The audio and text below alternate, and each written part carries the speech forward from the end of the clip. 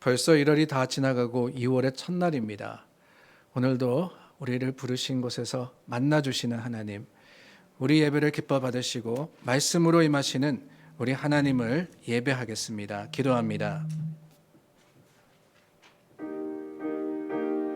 좋으신 하나님 감사합니다. 하나님의 거룩하시고 긍휼하신 사랑을 우리가 다시 한번 기대합니다.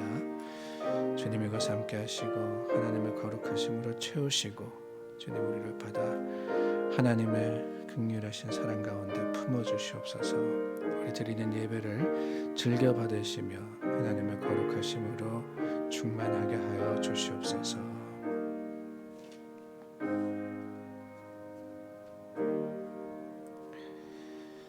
나를 훈계하신 여호와를 송축할지라. 밤마다 내 양심이 나를 교훈하도다. 내가 여호와를 항상 내 앞에 모심이여 그가 나의 오른쪽에 계심으로 내가 흔들리지 아니하리로다. 좋으신 하나님, 주님께로 피합니다.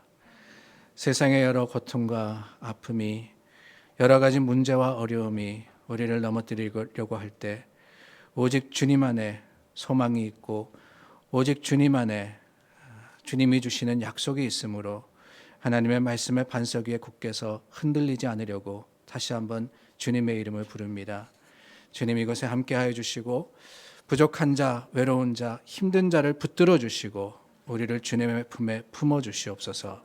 우리 예배를 기뻐 받으시고 말씀으로 임하시기를 원하올 때 예수 그리스도 이름으로 기도드립니다. 아멘.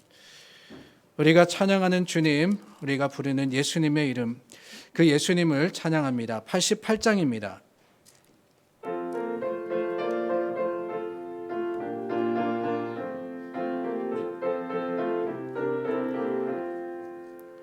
내 진정 사모하는 친구가 되시는 그 주 예수님은 아름다워라. 산 밑에 백합하여 빛나는 새벽별 주님 향한 날 아주 없도다. 내 맘이 아플 적에 큰 위로 되시며 나 외로울 때 좋은 친구라. 주는 저 산 밑에 백합 빛나는 새벽별 이 땅 위에 비길 것이 없도다. 내 맘의 모든 염려 이 세상 고락도 주님 항상 같이 하여 주시고 시험을 당할 때에 악마의 계교를 직심을 잊히사 나를 지키네. 온 세상 날 버려도 주 예수 안 버려 끝까지 나를 돌아보시니. 주는 저 산 밑에 백합 빛나는 새벽별 이 땅 위에 비길 것이 없도다. 내 맘을 다하여서 주님을 따르면 길이 나를 사랑하리니. 물불이 두렵지 않고 장검도 겁없네. 주는 높은 산성 내 방패시라. 내 영혼 먹이시는 그 은혜 누리고 나 친히 주를 뵙기 원하네. 주는 저 산 밑에 백합 빛나는 새벽별 이따 4절 다시 한번 고백합니다. 내 맘을 다하여서 내 맘을 다하여서 주님을 따르면 길이 나를 사랑하리니. 물불이 두렵지 않고 장검도 겁없네. 주는 높은 산성 내 방패시라. 내 영혼 먹이시는 그 은혜 누리고 나 친히 주를 뵙기 원하네. 주는 저 산 밑에 백합 빛나는 새벽별 이 땅 위에 비길 것이 없도다.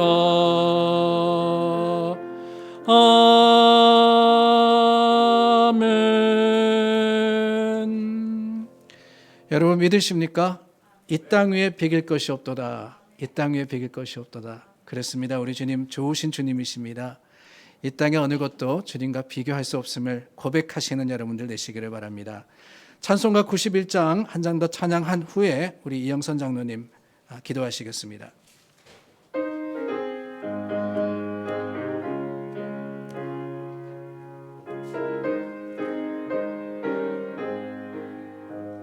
슬픈 마음 있는 사람 예수 이름 믿으면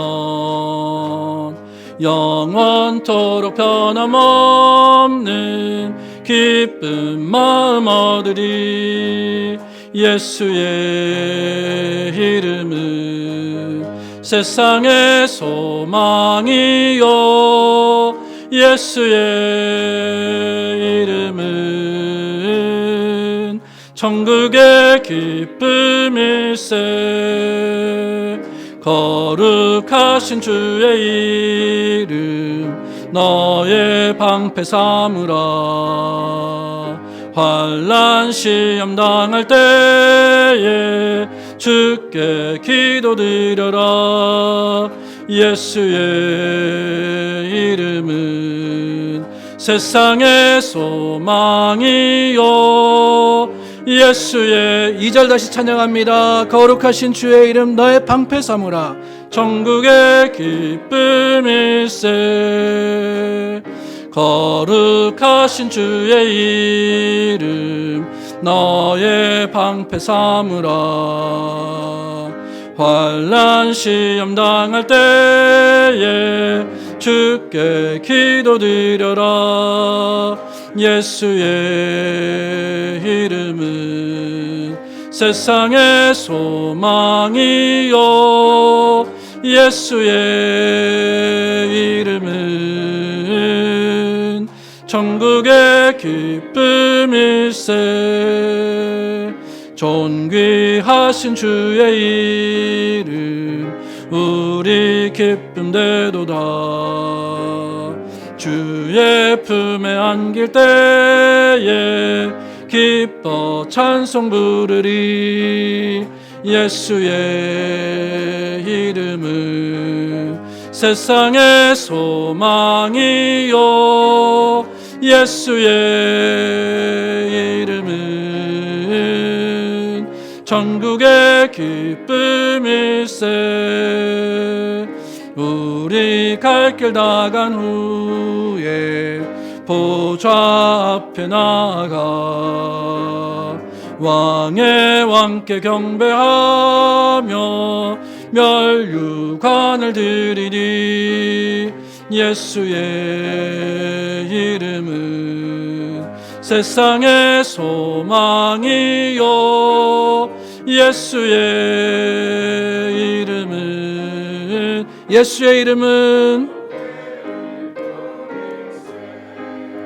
예수의 이름은 세상의 소망이요 예수의 이름은 우리 다시 한번 고백합니다. 예수의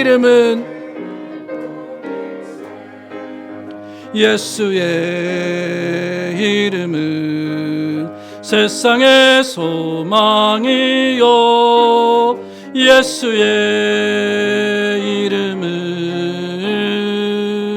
천국의 기쁨일세.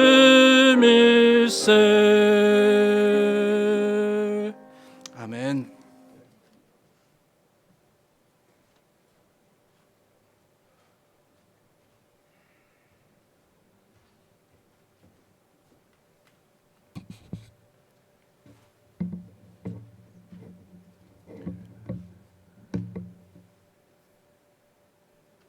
사랑과 은혜가 많으신 하나님, 한 주의 중간 번잡한 마음을 내려두고 주님을 경배하고 찬양드리는 귀한 예배 자리에 모이게 하시는 은혜를 감사합니다. 우리의 중심을 보시는 하나님 앞에 때묻고 세상 욕심 속에 서 있던 그들의 우리지만 예수의 보혈의 피에 의지하고 주님의 영광을 위해 머리 숙여오니 저희를 받아주시옵소서. 우리를 너무 사랑하시어 독생자를 보내시어 구원하시고 항상 우리와 함께 하신 하나님, 우리도 하나님을 사랑한다고 입술로 말하지만 정말 사랑하는 하나님을 위해 나는 뭘 드리고 있는지 생각해 봅니다.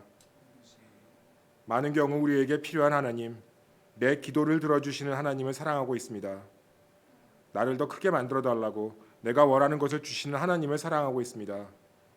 십자가를 지고 좁은 길 좁은 문으로 들어가려면 그 문에 맞게 나를 깎아내고 낮추고 덜어내는 노력이 필요함을 배웠지만 자꾸 나를 더 크게 하는 것, 더 많이 갖는 것, 높이 올라가는 것에 매달려 있습니다. 어리석은 우리에게 올바른 믿음과 용기를 주시옵소서. 주신 일을 감당하고 해내는 지혜와 힘과 인내를 갖게 하소서. 하루하루 새로워지게 하소서. 놓여진 변화와 상황이 우리를 주저앉히려고 할 때마다 일어나서 하나님의 역사하심과 주권하심을 믿고 최선을 다해 주님을 기쁘게 하는 선한 도구들이 다 되게 하여 주시옵소서. 오늘 목사님을 통해 말씀하시는 생명의 말씀을 올바로 들을 수 있는 귀를 열어주시고 그것을 마음에 담게 하시고 행함으로 나가는 우리가 되기를 원합니다. 주님이 사랑하시는 머릿돌 교회에 새로운 동역자를 보내시어 앞으로 올 일들을 함께 감당하고 연결되게 하시기를 소망합니다. 여기 모인 우리는 아래까지가 되고 그들이 윗까지가 되어서 더 크고 높은 나무가 되게 하여 주시옵소서. 벌써 한 해의 첫 달이 지났습니다. 올 한 해 동안 허둥대지 아니하고 담대하게 하루하루 최선을 다하게 하옵소서. 우린 주님을 믿고 주님의 은혜를 붙들고 주께 온전히 맡기고 가겠나이다. 부족한 것을 채워주시고 아프고 외롭지 않게 지켜주시옵소서. 세상 어려움도 주님의 손잡아 주시어 넉넉히 건너서게 하시기를 간구합니다. 우리가 서로를 위해 드리는 기도를 들으시고 응답하여 주시옵소서. 우리 모두 주님이 주시는 은혜와 평강의 통로가 되길 간구하오며 우리를 진리로 자유케 하시는 주 예수의 이름으로 기도하였습니다. 아멘.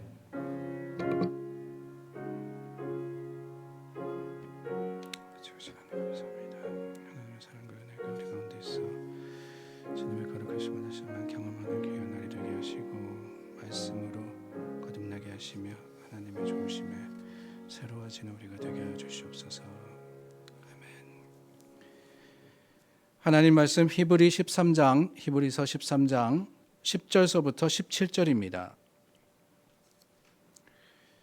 신약성경 369면 히브리서 13장 10절서부터 17절의 말씀, 저와 여러분이 한 절씩 교독하고 마지막 절은 함께 있습니다. 우리에게 제단이 있는데 장막에서 섬기는 자들은 그 제단에서 먹을 권한이 없나니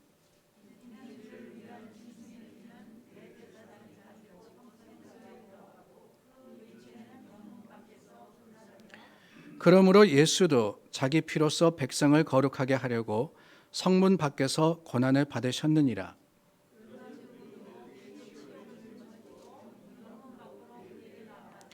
우리가 여기에는 영구한 도성이 없으므로 장차 올 것을 찾나니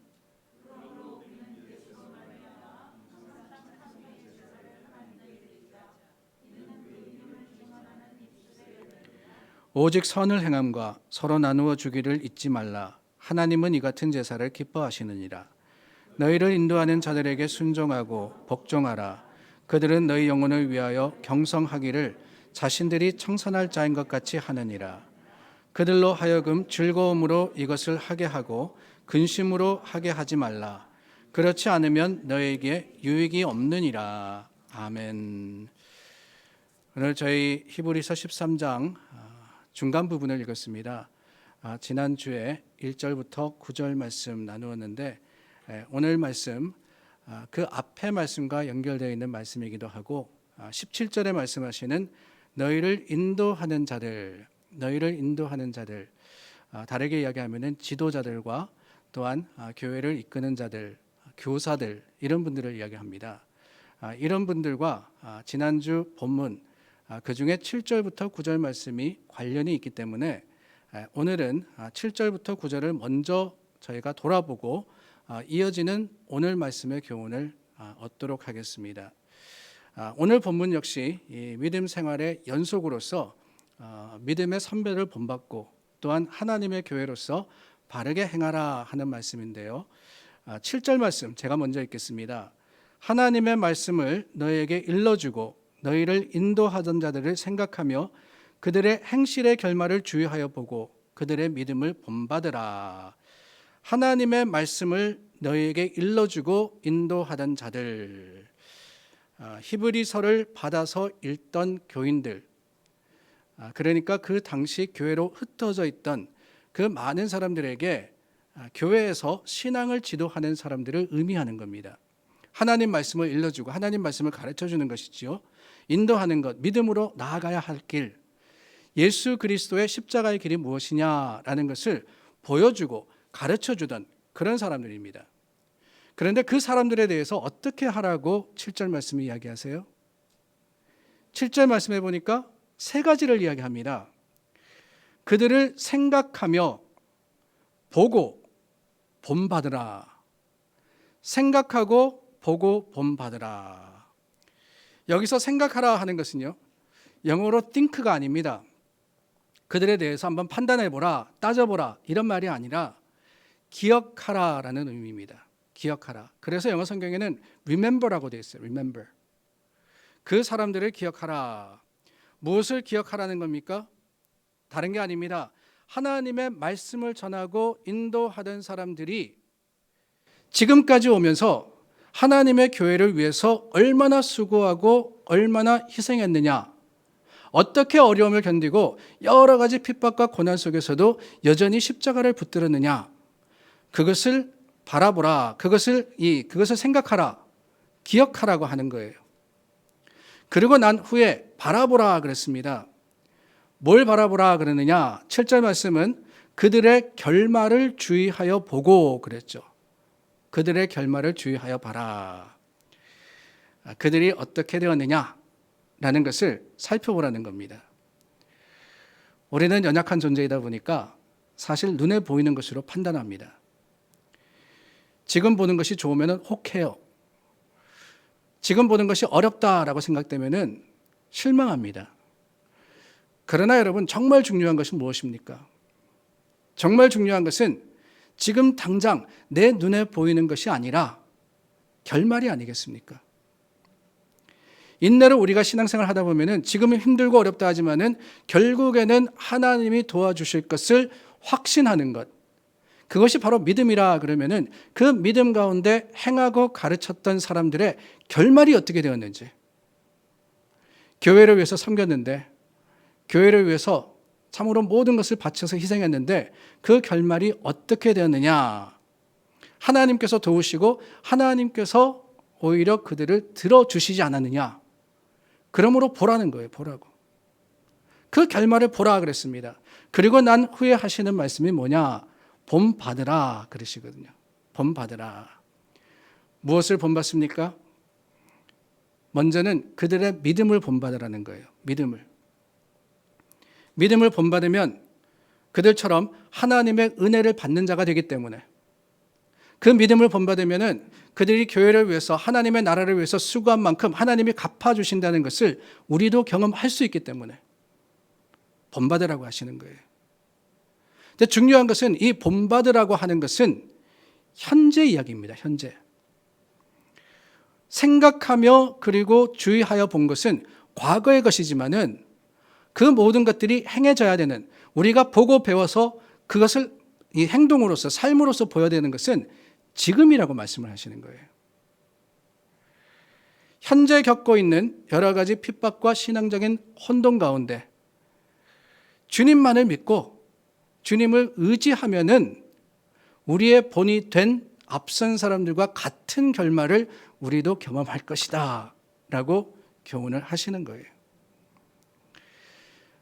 그러고 보면 오늘날 교회에도 믿음의 선배들과 신앙의 영적 지도자들, 그들의 행실과 또한 삶의 모습을 우리가 주의하고 살펴보며 본받을 필요가 있을 것 같습니다. 머릿돌 교회에도 그런 분들이 많지 않습니까?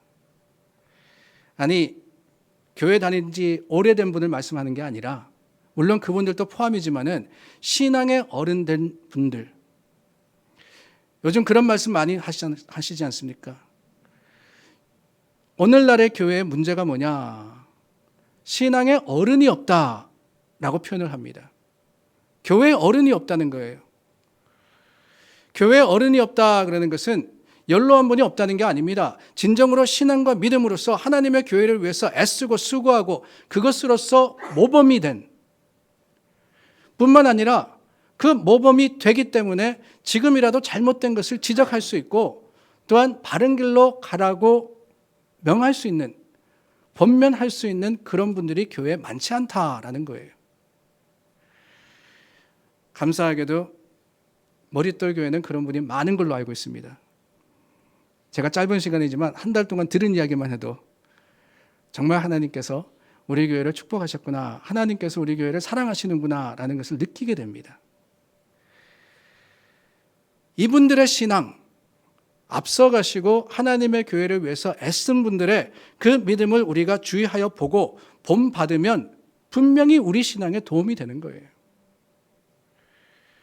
우리가 여기까지 오게 된 것, 하나님의 한량없는 은혜임이 분명하지만은 하나님께서 그 은혜를 어떻게 베풀어 주시느냐, 하나님의 사람들을 통해서 우리에게 베풀어 주시고 가르쳐 주시고 이끌어 주시는 거예요.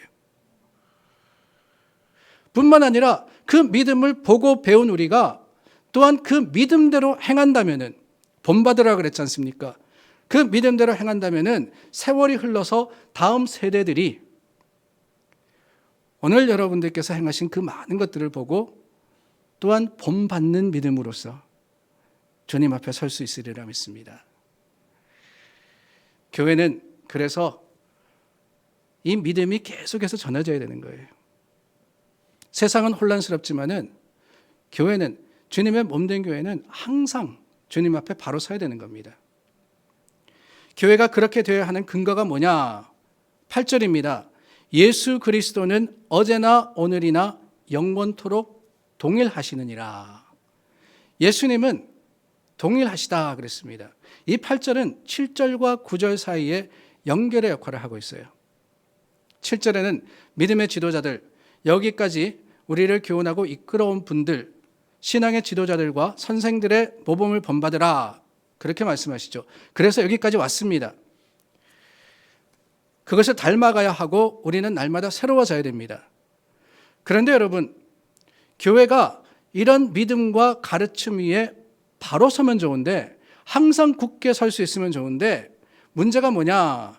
세상이 바뀌면서 교회 내의 모습도 달라질 때가 있다는 거예요. 특히 마지막이 가까울수록, 주님의 시간이 가까울수록 진리는 상대적이다라고 하면서 유일하신 하나님이 아닌 종합종교, 세상적인 가르침, 이단을 따르는 사람들이 점점 많아집니다. 그 세력들이 교회를 위협하고 또한 신앙인들을 유혹하는 거예요. 얼마나 심각한 일인지 모릅니다. 우리가 살아가는 미국, 그래도 기독교 국가 아닙니까? 그래서 정부나 기관, 또 뭐 군인이나 여러 공공기업에서 개업식이라 그러나요? 무언가 일을 새로 시작할 때 목회자를 초청해서 기도를 하는 순서를 항상 넣습니다. 그 식에 항상 목회자가 와서 기도를 해요.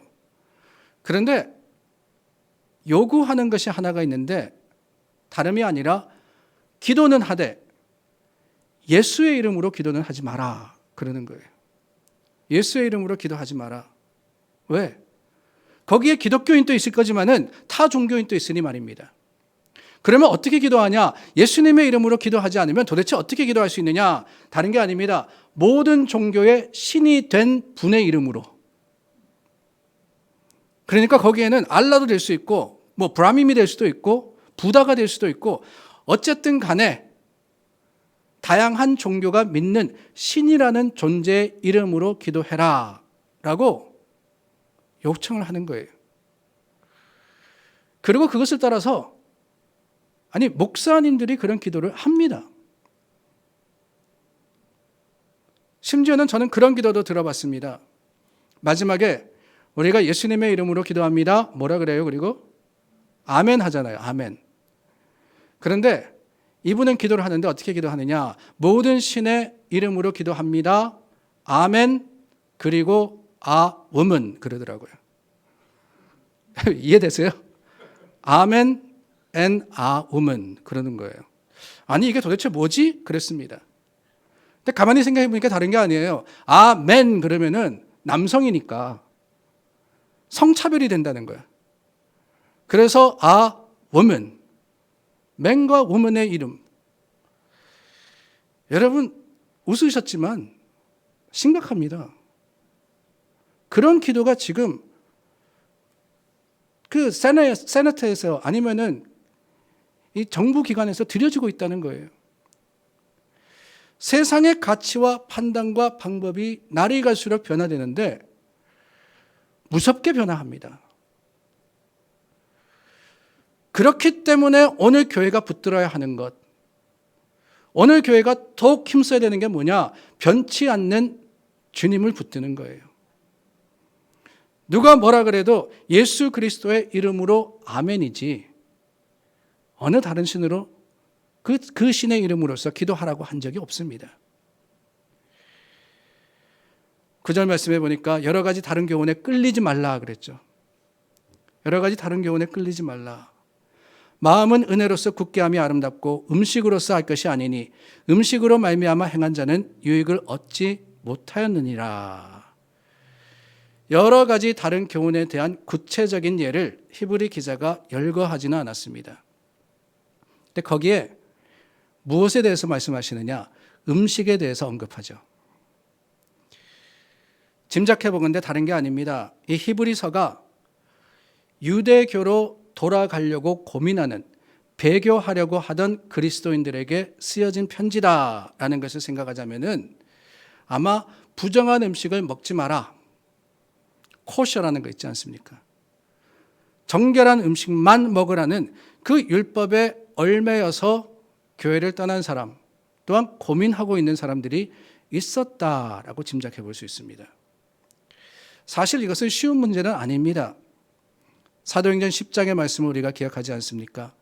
고넬료가 베드로를 청했을 때 환상 가운데 베드로가 온갖 속되고 부정한 음식에 담긴 바구니를 봅니다. 하나님이 먹으라 그러시죠. 율법으로는 도무지 먹어서는 안 되는 음식입니다. 그래서 베드로가 내가 먹지 않겠습니다 라고 하니까 하나님이 또 보여주시면서 하나님이 깨끗하다 한 것을 네가 부정하다고 하지 말라고 하셨습니다. 그런데 여러분, 그게 몇 번이 반복되는지 기억하십니까? 3번이 반복이 돼요. 마침내 베드로가 먹었습니까? 먹지 않았습니까? 먹지 않았어요. 3번의 환상을 보고 깼는데 마침 고넬료가 보낸 종이 집에 도착했다 그랬어요. 사실 그 환상 가운데 먹었느냐 먹지 않았느냐 그건 중요한 게 아닙니다. 더 중요한 것은 하나님의 주시는 메시지 가운데 하나님께서 깨끗하게 하신 것. 이방인의 집에 가서 그 이방인을 전도한다는 것을 생각하지도 못하는 그때 하나님께서 베드로에게 고넬료의 집에 가서 그에게 예수 그리스도를 전하라고 하신 거예요. 그랬을 때에 이방인에게도 성령이 임하지 않습니까? 쉽지 않은 문제예요. 그 환상이라는 것을 통해서만 해결되었던 그런 문제였습니다. 그만큼 잘못된 교훈들이 많았고 또 잘못된 생각들과 판단들을 많이 할 수밖에 없는 문제, 그것이 교회 안에 있더라는 거예요. 근데 가만히 생각해 보면은 그런 문제가 교회 안에 있는 것이 당연하지 않나 하는 생각이 듭니다. 사탄은 교회가 쉽게 잘잘못을 판단할 수 있는 것을 가지고 시험하지 않습니다. 그러면 쉽잖아요. 교인 100명이면 100명 다 이거는 잘못된 거야, 우리는 하지 말아야 돼, 그럴 수 있는 문제라면은 얼마나 해결하기가 쉽습니까? 그런데 세상은요, 사탄은요, 하나님의 사람, 교회를 어렵게 하는데 어떻게 하느냐? 딱 애매한, 이래도 저래도 괜찮을 법한, 의견이 50대 50으로 갈라지는 것을 가지고 도전하더라는 거예요. 마음은 은혜로서 굳게 함이라 그랬습니다. 마음을 강하게 하는 것은 그렇습니다. 하나님의 은혜예요. 무엇을 먹느냐, 무엇을 입느냐, 무엇을 하느냐, 이게 중요한 게 아닙니다. 형식이 중요한 것이 아니라 하나님의 주신 은혜를 붙들고 그 은혜 가운데 우리가 주님을 바라볼 때 교회는 교회 안에 있는 여러 가지 어려움들과 이 세상이 주는 곤란한 질문들과 도전들을 주님의 주시는 그 신앙의 도구로서 열쇠로서 풀어갈 수 있는 거예요. 하나님의 나라는 그렇습니다. 먹는 것과 마시는 것에 있지 않습니다. 여러분 오해하지 마시기를 바랍니다. 먹는 것과 마시는 것에 있지 않다 그러니까 무엇을 먹고 무엇을 마시고 그러면서 이거는 먹고 이거는 이게 문제가 아니에요. 우리 판단은 그렇게 쉽지 않습니다. 먹는 것과 마시는 것에 있지 않다는 것은 그런 것 가지고 따지지 말라는 거예요. 우리의 마음은 오히려 하나님의 은혜를 구하며 그 은혜를 따르는 가운데 세상을 이기게 되는 겁니다. 오직 믿음으로 의롭다 그랬지 무엇을 함으로써 하지 않음으로써 우리가 의로워지지 못하는 것처럼 우리 마음은 약하게 하는 그 교훈을 따르는 것이 아니라 오히려 변치 않는 예수 그리스도의 가르침을 따르는 믿음의 사람들이 되어야 되는 겁니다. 그 예수님에 대해서 10절에서부터 오늘 본문이 말씀하고 계십니다. 제가 10절과 11절 말씀을 읽어드리겠습니다. 우리에게 제단이 있는데 장막에서 섬기는 자들은 그 제단에서 먹을 권한이 없나니 이는 죄를 위한 짐승의 피는 대제사장이 가지고 성소에 들어가고 그 육체는 영문 밖에서 불사름이라. 우리에게 제단이 있는데 여기서 말씀하시는 우리는 히브리서 기자 그리고 히브리서 수신자를 포함한 모든 그리스도인들을 가리킵니다. 신약 시대의 그리스도인. 그런데 여러분 그 신약 시대의 성도들에게 무슨 제단이 있었겠습니까? 여기서 말하는 제단이라는 것은 구약 시대의 짐승의 제사를 위한 그 제단을 의미하는 게 아닙니다. 10절과 11절에 말씀하시는 제단이라는 것은 예수님께서 피를 흘리신 십자가를 의미하는 거예요. 장막에서 섬기는 자들은 그 제단에서 먹을 권한이 없다라는 것은 사실 레위기의 제사 규정입니다. 제사장들은 일상 제사에서 드려진 그 제물에 남은 것은 먹을 수 있지만 제물을 먹을 수 없는 제사가 있었는데 그것은 다름이 아니라 속죄제였습니다. 속죄제.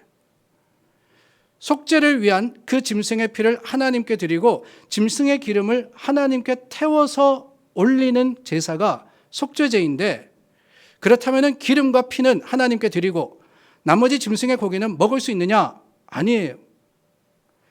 그 짐승의 고기는 반드시 진영 밖에 가지고 나가서 불태워야 했습니다. 그게 바로 속죄의 규정이었습니다. 그렇다면 여러분, 예수 그리스도의 십자가, 오늘 말씀하시는 우리의 제단은 어떻습니까?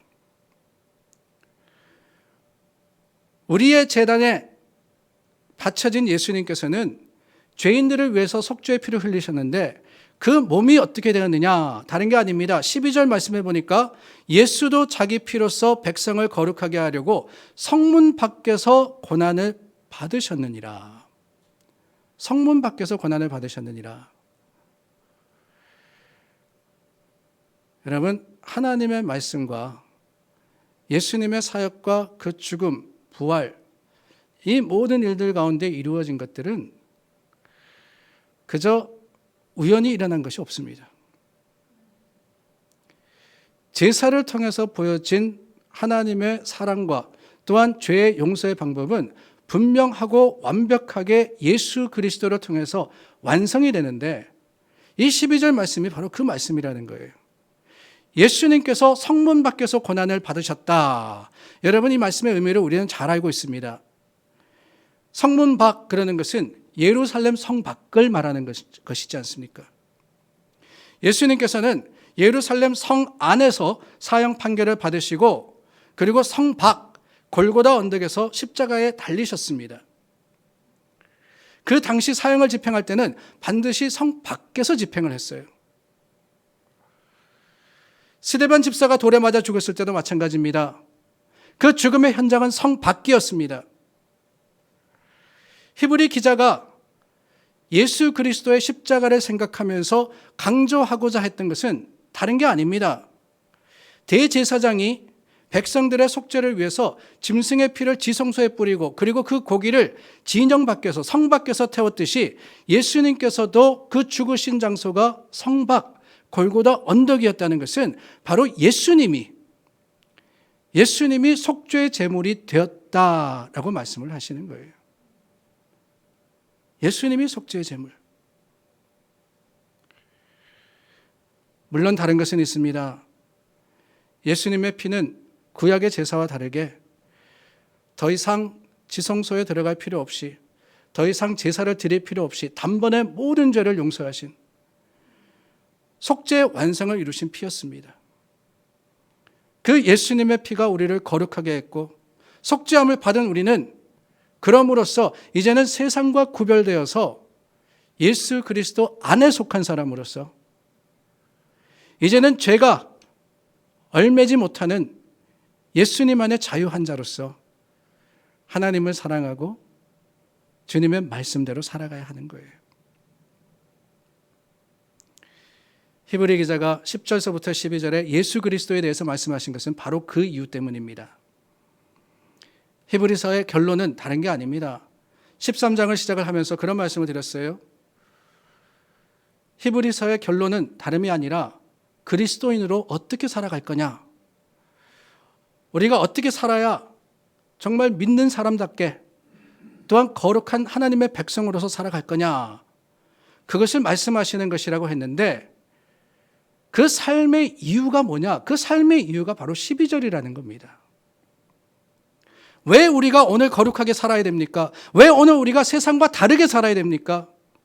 왜 오늘 지금 이 시간 세상은 많은 사람들 집에서 따뜻한 밥 먹고 TV 보면서 즐기고 있는데 교회 나와서 예배 드립니까? 왜 우리가 용서해야 되고 왜 우리가 사랑해야 되고 왜 우리가 말씀을 따라서 세상과 다른 삶을 살아야 하느냐? 다른 게 아닙니다. 예수 그리스도의 피로써 골고다 언덕에 죽으신 그 예수님의 보혈로서 우리는 구원받았기 때문에 그 구원의 은혜와 우리 대신 죄를 지신 예수님, 그 사랑이 저와 여러분들로 하여금 다른 삶, 세상과는 구별된 삶을 살게 하는 거예요. 그렇다면 여러분, 거룩한 삶은 어떤 삶입니까? 우리가 예수님의 그 십자가의 능력으로 거듭났다면은, 변화되었다면은, 새 사람이 되었다면은 우리는 도대체 어떻게 살아야 됩니까? 13절입니다. 그런즉 우리도 그 치욕을 짊어지고 영문 밖으로 그에게 나아가자. 한마디로 하면은 예수님을 따르는 십자가의 삶입니다. 어떻게 살 거냐? 예수님처럼 살라는 거예요. 예수님처럼. 그리스도인이란 십자가의 신앙을 소유한 사람들입니다. 십자가의 신앙이라는 것은 바로 오늘 말씀하시는 것처럼 모든 치욕을 짊어지고 영문 밖으로 나가는 삶이에요. 영문 밖으로. 주를 위해서 고난받을 것을 각오하는 삶입니다. 세상의 쾌락과 세상의 유혹과 세상의 만족을 위해서 사는 것이 아니라 우리가 가는 곳이 비록 외진 곳이라 할지라도, 아니 그곳이 죽음의 곳이라 할지라도 예수님께서 먼저 가셨기 때문에 우리는 그 길을 따라서 우리 십자가를 지고 주님을 쫓아가는 겁니다. 믿는 사람에게 자랑은 다른 게 아닙니다. 바로 십자가가 자랑이잖아요. 갈라디아서 6장 14절입니다. 내게는 우리 주 예수 그리스도의 십자가 외에 결코 자랑할 것이 없도다. 십자가 외에 자랑할 것이 없도다. 안타깝게도 이런 신앙의 고백은 점점 퇴색되어 가고 있습니다. 오늘날 교회와 신앙의 모습 가운데 십자가를 찾아보기 어려울 지경이 되어버렸어요. 십자가 어디 있느냐? 교회에 걸려 있죠. 교회에만 걸려 있는 거예요. 우리가 지고 날마다 살아가야 하는 십자가인데 우리가 항상 그 십자가의 삶을 살아야 되는데 더 이상 십자가가 삶의 현장에 있는 게 아니라 교회에만 있더라는 거예요. 교회에만. 그렇지 않습니까, 여러분? 신앙생활을 하면 오히려 복받고 모든 문제 해결된다라는 것만 강조하지 그것이 험한 길이며 그것이 고생의 길이며 결국엔 죽음의 길이라는 것을 우리는 숨기게 되어버렸습니다. 교회 오라 그럴 때 뭐라고 하십니까, 여러분? 교회 와서 복 받으세요 그러잖아요. 교회 와서 형통하세요. 교회 와서 좋은 만남 가지시고 좋은 시간 보내세요. 어느 누가 교회 와서 치욕받고 십자가 지세요 그럽니까? 아니, 하나님이 주시는 복이라는 것이 십자가의 죽음이라는 것을 우리가 밝히며 살아가고 있습니까? 우리는 십자가를 지지 않고는 예수님께 나아갈 수 없습니다. 우리가 보기에는 영문 밖으로 오히려 어려운 것으로 나아가는 것이 그 십자가의 길이 고생이고 죽으러 가는 길이지만 하나님은 분명히 말씀하셨습니다.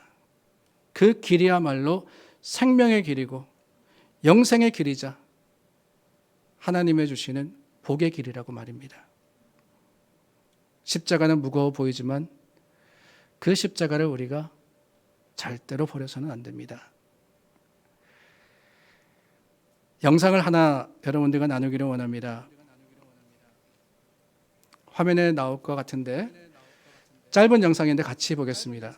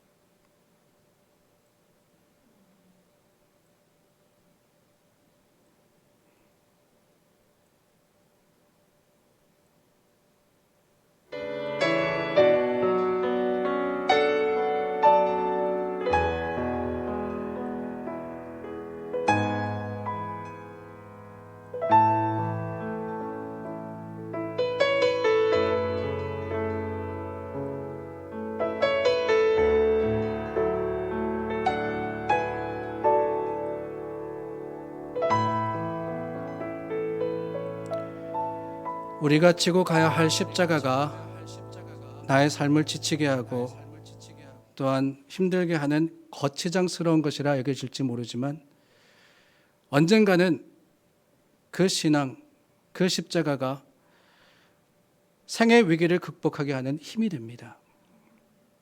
고린도전서 1장 18절에 십자가의 도가 멸망하는 자들에게는 미련한 것이요 구원을 받는 우리에게는 하나님의 능력이라 그랬어요. 하나님의 능력이라. 무거운 십자가 지고 끙끙대는 게 미련해 보일는지는 모르지만 그래서 적당히 잘라라, 적당히 타협해라, 요령 있게 해라 라는 마음이 들는지는 모르겠지만 여러분 아닙니다. 세상에 미련해 보이는 그것이 바로 하나님의 능력이에요. 그 십자가를 지고 주님을 따를 때 주님께서 우리와 함께 하실 뿐만 아니라 우리의 능력이 그리고 생명이 되십니다. 14절 말씀입니다. 우리가 여기에는 영구한 도성이 없으므로 장차 올 것을 찾나니, 여기는 세상을 의미하는 것이지요.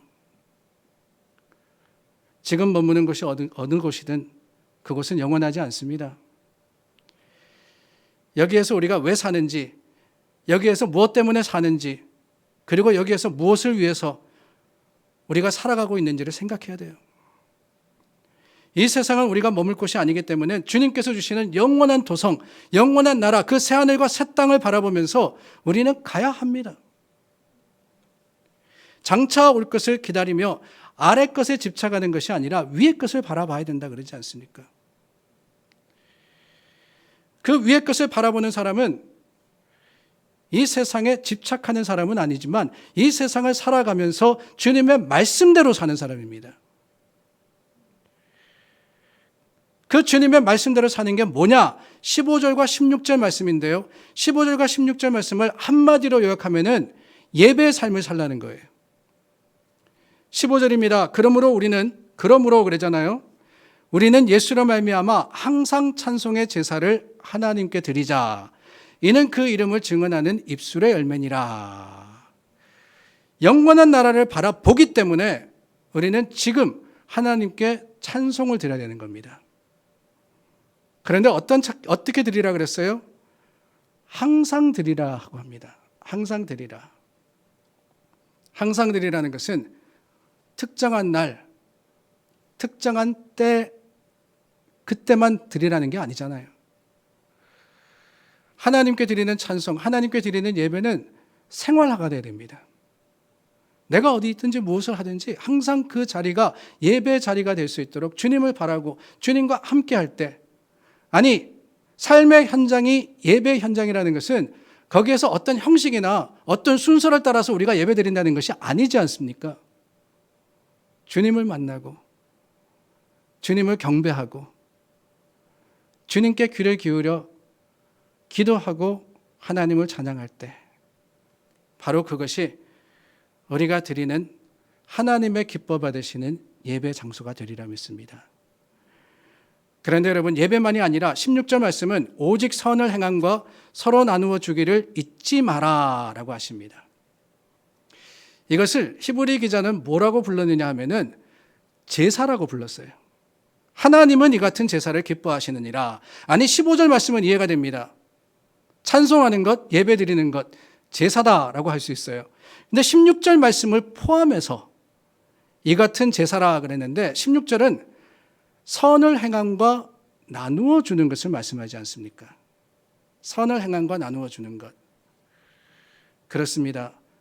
하나님의 기뻐 받으시는 제사는요, 우리가 입으로 드리는 찬송의 제사만이 아니라 몸으로 드리는, 행함으로써 하나님께 올려드리는 제사가 있는 거예요. 그 몸으로 드리는 제사는 다른 게 아닙니다. 선과 나눔입니다. 선한 마음을 가지고 서로 대하는 거예요. 사랑하는 겁니다. 뿐만 아니라 어렵고 힘든 사람들을 돕는 것.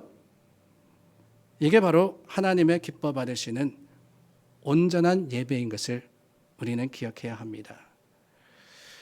하나님께서 오늘 저와 여러분들을 붙드시고 우리 가운데 함께 하시며 예수 그리스도의 십자가를 바라보게 하시는 것, 그것은 다름이 아닙니다.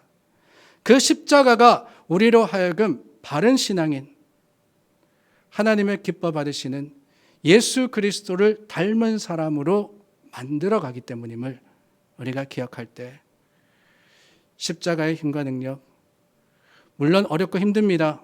무겁습니다. 그러나 그 십자가를 짐으로써 하나님을 사랑하고 또한 이웃을 내 몸과 같이 사랑하는 하나님의 사랑으로 살아가는 저와 여러분들이 될 수 있기를 예수님의 이름으로 축원합니다. 기도하겠습니다. 우리 잠시 시간 함께 기도하기를 원합니다. 내 십자가는 어디에 있나 자신을 돌아보면 좋겠습니다.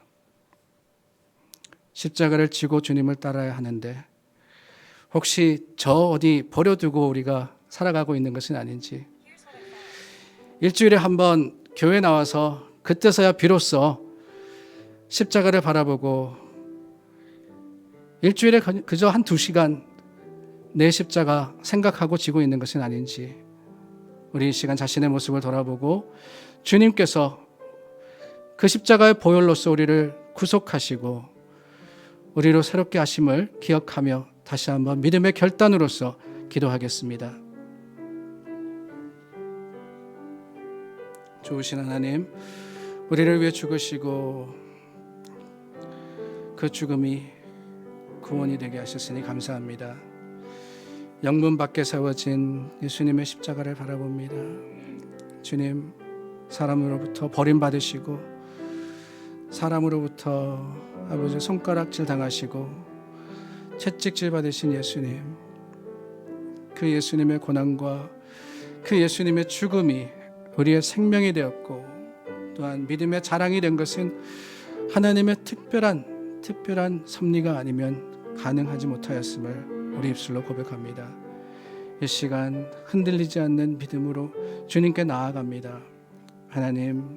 하나님께서 우리 가운데 함께 하시며 하나님께서 오늘도 동일하신 하나님이시기에 주님 2000년 전 그 사랑으로 우리를 사랑하실 뿐만 아니라 주님, 우리가 주님을 바라보고 우리에게 지어진 십자가를 달게 질 수 있도록 도우시고 힘이 되어 주심을 확신하게 하시고 오직 주님만을 의지하게 하여 주시옵소서. 하나님 아버지 앞에 아버지 참된 제사를 드리며 하나님을 예배하는 자들이 되게 하여 주시옵고 오늘 주님 앞에 감사의 찬송과 나눔의 제사로서 영광 돌리는 믿음 사람 되게 하여 주시옵소서.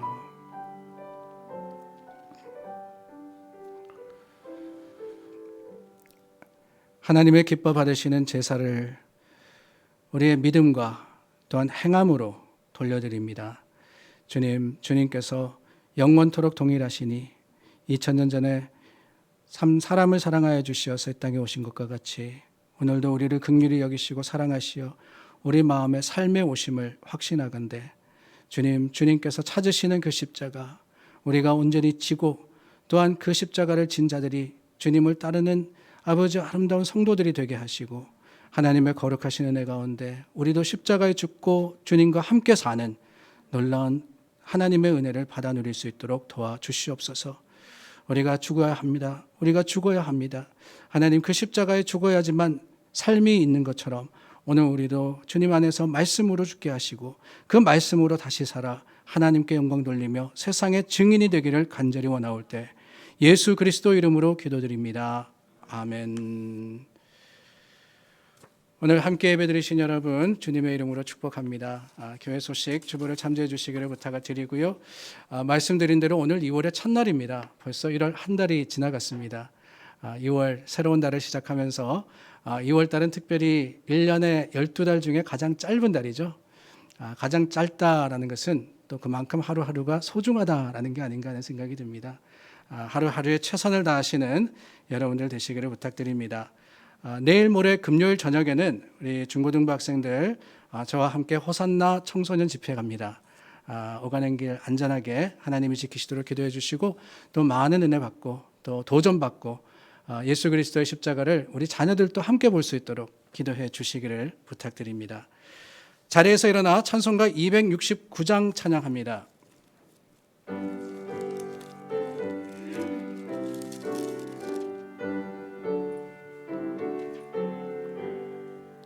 그 참혹한 십자가에 주 달려 흘린 피 샘물같이 늘 흘러서 죄 씻어 주시네. 값없어도 다 나와서 내 죄를 거하면 있는 보다 더 희도로 참 성결 얻으리. 나 믿노라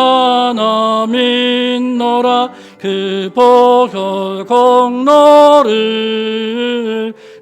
흠없어도 피 흘리사 날 구원하셨네.